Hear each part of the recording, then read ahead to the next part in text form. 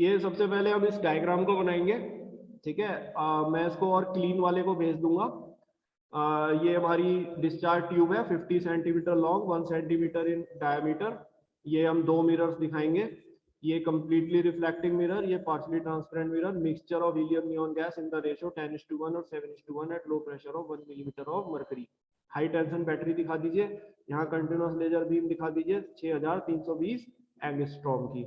ये भी लिख दीजिए कि इसमें हीलियम एटम का काम है नियॉन की पॉपुलेशन इन्वर्जन कराना और नियॉन से लेजर एक्शन हमें मिलता है। क्लियर। देन जैसे हमने रूबी में लिखा था, सबसे पहले हम लिखेंगे कि इसमें क्या क्या कंपोनेंट्स होते हैं।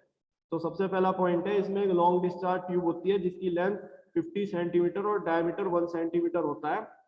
यह जो है हीलियम और नियॉन गैस के मिक्सचर से फिल्ड होती है इन द रेशो 7:1 और 10:1। ये रेशो फिक्स होता है, ठीक है। Low pressure of 1 millimetre of mercury. दो पैरेलल प्लेन मिरर्स होते हैं, इसमें एक मिरर कंप्लीटली रिफ्लेक्टिंग और दूसरा मिरर पार्शियली ट्रांसपेरेंट होता है। तीसरा पॉइंट, इनके बीच के सेपरेशन को हम हमेशा इंटीग्रल मल्टीपल ऑफ λ/2 रखते हैं, जहां lambda is the wavelength of laser beam produce. ये अब आपको समझ में आ गया एम्पलीफायर बनाने के लिए, ठीक है। देन फोर्थ पॉइंट है कि हीलियम एटम का काम होता है नियॉन एटम की पॉपुलेशन कराना। ये बेटे एक छोटा सा ये एरर आया है, ये हाई फ्रीक्वेंसी अल्टरनेटिंग करंट नहीं है, इसको आप जरा थोड़ा डिलीट मारिए, इसको हाई मैग्नीट्यूड इलेक्ट्रिक करंट कह देना। कारण क्या है कि मैं बैटरी लगा रहा हूं तो अल्टरनेटिंग करंट थोड़ी ना आएगा, ठीक है। So because I am using an high tension battery, तो इसको मैग्नीट्यूड कर लेना, ठीक है। So everyone should do this, this is magnitude. कुछ बच्चे क्लास लीव कर गए हैं क्योंकि उनको लग रहा है सर नोट्स बता रहे हैं, नोट्स तो सर शेयर ही कर देते हैं, लेकिन एक बात का ध्यान रखना, जरा ये करेक्शन करवा देना, ठीक है। ये स्क्रीनशॉट ले लो भाई इसका। ये मैग्नीट्यूड इलेक्ट्रिक करंट है, ठीक है, produces electric discharge in the mixture of gas. तो ये आप जो है चारों पार्ट्स, पांचों पॉइंट्स बता देंगे इसके। अब बात करते हैं एनर्जी लेवल डायग्राम की। ये एनर्जी लेवल डायग्राम बनाओ, ठीक है। इसमें इलेक्ट्रॉन इंपैक्ट दिखाओ, हीलियम एटम ग्राउंड स्टेट में दिखाओ, हीलियम एटम एक्साइट होकर मेटा स्टेबल स्टेट में चले गए। ये बेटे 20.61 इलेक्ट्रॉन वोल्ट होती है, ठीक है। सो ये आप याद रखिएगा। और ये होती है, नीचे भी लिखा है 20.65, तो 65 और 61 ऑलमोस्ट सेम हो गई ना, ठीक है। फिर हम ये दिखा रहे हैं कि हीलियम नियॉन एटम कॉलिजन करते हैं, तो बेटे इसको एरो को ऐसे dash dash dash dash dash बना के यहाँ पे दिखा देना कि ये जो हीलियम का एटम है नियॉन से टकराएगा।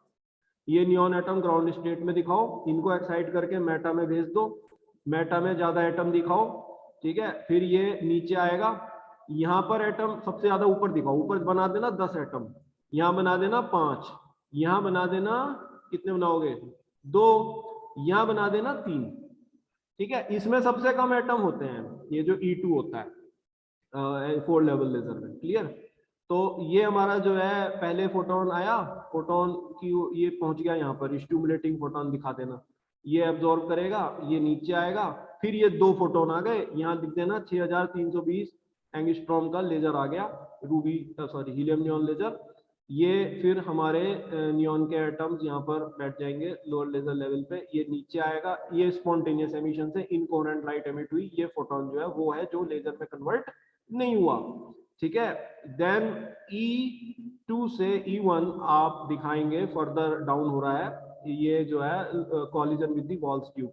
ये वो वाला मैं डायग्राम भेज दूंगा जिसमें आपको ज्यादा बेटर दिखे, वो वाला बनाना है, ठीक है। वो जो स्केच वाला डायग्राम था एनर्जी लेवल वाला, तो दोनों को आप देख लेना, ये बनाना है। इसके बाद हमारी बात आती है कि थ्योरी पे, कि हीलियम एटम जो है वो ग्राउंड स्टेट में इलेक्ट्रॉन इंपैक्ट से एक्साइट होते हैं और मेटा स्टेबल स्टेट में पहुंच जाते हैं, जो कि 20.61 इलेक्ट्रॉन वोल्ट होती है। नियॉन एटम भी ग्राउंड स्टेट में इलेक्ट्रॉन से कोलाइड और ये एक्साइट हो जाते हैं अपनी स्टेबल स्टेट में, जो कि 20.65 इलेक्ट्रॉन वोल्ट होती है, ठीक है। तो हीलियम का भी इलेक्ट्रॉन से और नियॉन का भी इलेक्ट्रॉन से एक्साइटेशन हो रहा है। और मैंने यहाँ हीलियम वर्ड भी लिखा है, तो नियॉन का हीलियम से भी एक्साइटेशन हो रहा है, क्योंकि नियॉन मात्रा में कम है, मात्रा में ज्यादा है। Clear. Meta stable state E4 से स्पॉन्टेनियसली डिके करते हैं लोअर लेजर लेवल E3 में, और इस प्रोसेस में एक फोटोन एमिट करते हैं स्पॉन्टेनियसली। जैसे तुम हमेशा बताते हो ना पहले आप स्पॉन्टेनियस एमिशन वाली बात बता देना और उसके बाद स्टिमुलेटेड। अगर आप ये कहोगे कि यह फोटोन जो है जो स्पॉन्टेनियस एमिशन से एमिट हुआ है ये स्टिमुलेट करेगा नियॉन के एटम को मेटास्टेबल स्टेट में।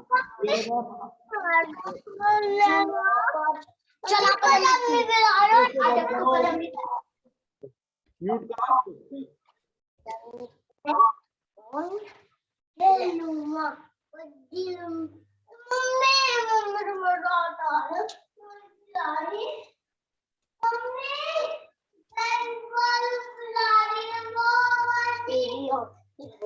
सनीपाल एंड अंशुल निर्वल।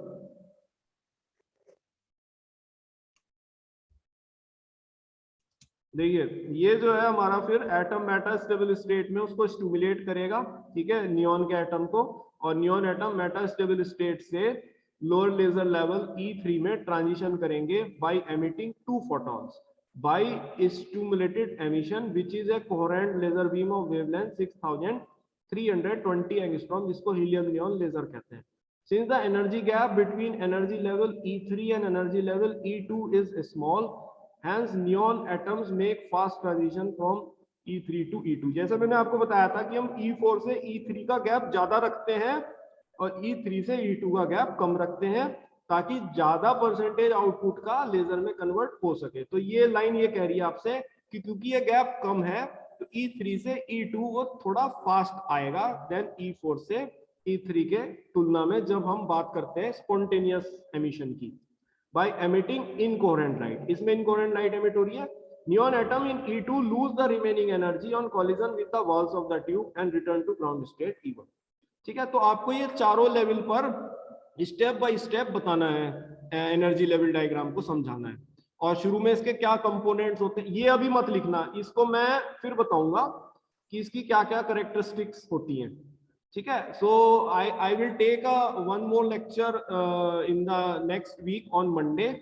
वो लास्ट लेक्चर है लेजर का, उसमें हम क्या पढ़ेंगे कि 3 लेवल लेजर और 4 लेवल लेजर का एक बार कंपैरिजन करेंगे। तो ये क्वेश्चन आ जाता, और ये देखेंगे कि helium neon laser ruby laser से बेहतर क्यों है। कुछ कहते हैं कि ये बेहतर है, why it is better.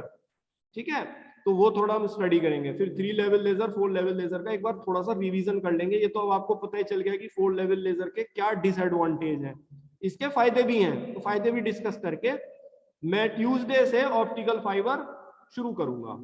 And optical fibre needs 4 lectures, so by Monday, next Monday we will complete this unit 5। ठीक है, उसके बाद हमारा यूनिट 4 शुरू होगा। इसके मैं न्यूमेरिकल्स 7-8 न्यूमेरिकल्स हैं, वो भी फाइबर पे है, लेजर पे तो 1-2 ही आया है आज तक। इनको मैं गूगल क्लासरूम में शेयर कर दूंगा, तो आप इसको वहां से डाउनलोड कर लेना। ठीक है, न्यूमेरिकल के लिए मैंने बताया है कि मैं बाद में लूंगा एंड द ऑनलाइन क्लास। ठीक है, अगर ऑफलाइन होगी अच्छा है, नहीं तो ऑनलाइन में बाद में लूंगा, और इनके सॉल्यूशंस भी आपको सबको सारे न्यूमेरिकल के शेयर कर दूंगा, डोंट वरी। ठीक है, पहले एक बार थ्योरी निपट जाए क्योंकि वो ज्यादा मार्क्स की है और ज्यादा इंपॉर्टेंट है। न्यूमेरिकल तो फॉर्मूले बेस्ड हो जाते हैं, मैं फॉर्मूलों का चार्ट भी बना के भेज दूंगा तुमको। ठीक है, तो आप इतना उसमें वो मत करो, अभी पहले थोड़ा थ्योरी कंप्लीट होने दो। सो ये आज का टॉपिक है, ये हीलियम नियॉन की। वैसे मैं टॉपिक नेक्स्ट ले रहा था, लेकिन कैरेक्टरिस्टिक जब आप देख ही रहे हैं तो ये देखो कि ये हीलियम नियॉन लेजर की कैरेक्टरिस्टिक भी यूनिवर्सिटी में पूछी जाए तो आप ये पॉइंट्स में लिख दो। हीलियम नियॉन लेजर एक कंटिन्यूअस वेव की तरह से आता है जिसकी वेवलेंथ 6320 एंगस्ट्रॉम होती है। हीलियम नियॉन लेजर ज्यादा डायरेक्शनल होता है, ज्यादा मोनोक्रोमेटिक होता है और ज्यादा कोहेरेंट होता है कंपेयर टू रूबी लेजर। ये बेटे इसका एडवांटेज है। अब आप ये मैं आपको कारण बताऊंगा, क्योंकि एक्टिव मीडियम गैस है, उसमें एक्टिव मीडियम सॉलिड था। सॉलिड से स्कैटरिंग होती है, स्कैटरिंग का मतलब होता है लाइट का फैलना। तो जब लाइट फैलेगी, सॉलिड हमेशा स्कैटरिंग कराता है क्योंकि उसमें एटम फिक्स होते हैं। ठीक है, थर्मल डिस्टॉर्शन होता है, एटम वाइब्रेट करते हैं लेकिन अपनी पोजीशन को नहीं छोड़ते। तो स्कैटरिंग होने से डायरेक्शनलिटी कम हो जाती है लेजर की। जबकि ये गैस है तो डायरेक्शनलिटी बहुत अच्छी बनती है इसकी। दूसरे मैं कह रहा हूं कि ये मोनोक्रोमेटिक कोहेरेंट से ज्यादा, इसका ये मतलब है कि इसमें जो स्टिमुलेटेड एमिशन की परसेंटेज है वो स्पॉन्टेनियस एमिशन की परसेंटेज से ज्यादा है हीलियम नियॉन लेजर में कंपेयर टू रूबी लेजर। ये सारे इसके फायदे हैं, इसलिए ज्यादा मोनोक्रोमेटिक, ज्यादा कोहेरेंट, ज्यादा डायरेक्शनल होता है। फिर हमने ये लिखा कि 1 मिलीवॉट हीलियम नियॉन लेजर करीब 10,000 टाइम ब्राइटर होता है देन ऑर्डिनरी लाइट के। ठीक है, तो ये इसकी मेन करेक्टरिस्टिक्स हैं। यूनिवर्सिटी में आप ये 3 पॉइंट्स इसके मेन लिख सकते हो।